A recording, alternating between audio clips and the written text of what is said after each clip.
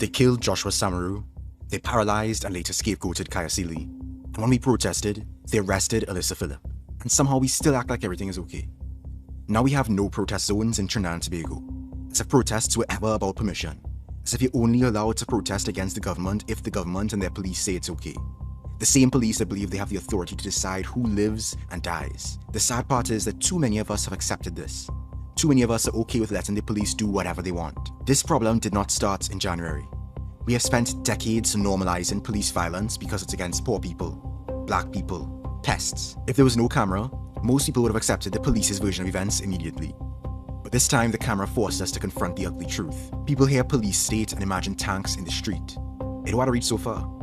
Step by step, one victim, one special operation, one emergency power after another, until it becomes normal for the police to kill people, contradict visible evidence, intimidate protesters, invent new boundaries around public space, and demand obedience no matter what. A gang protects its own. A gang punishes dissent.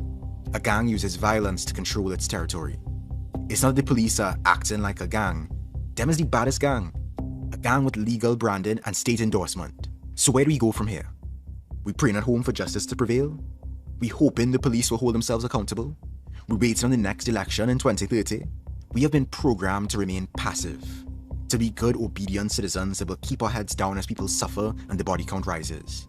Sit in traffic, go to work, pay rising bills, scroll social media, lime and party and do nothing else. We can't continue sitting around and waiting for a politician or third party to swoop in and solve our problems for us. While we continue to distract ourselves, the state grows more shameless and violent, confident that we will never resist. These leaders are not shocked by police brutality, it's how they rule. They lecture us about law and order while people are being intimidated, beaten, and killed. They expect better behavior from us than from the police. Put aside Beyond the Tape, Law and Order, and other police media for a second and ask yourself, who do the police ultimately serve? Don't take their word for it. Go back in time and trace the history. What makes you feel that our independence changed the nature of policing? No matter who is in power, the Spanish, the British, the PNM, UNC, whoever else, the police and the institutions they serve were set up for the ruling class above all others. They weren't set up to serve us. Of course they will insult a few citizens who dare stand up.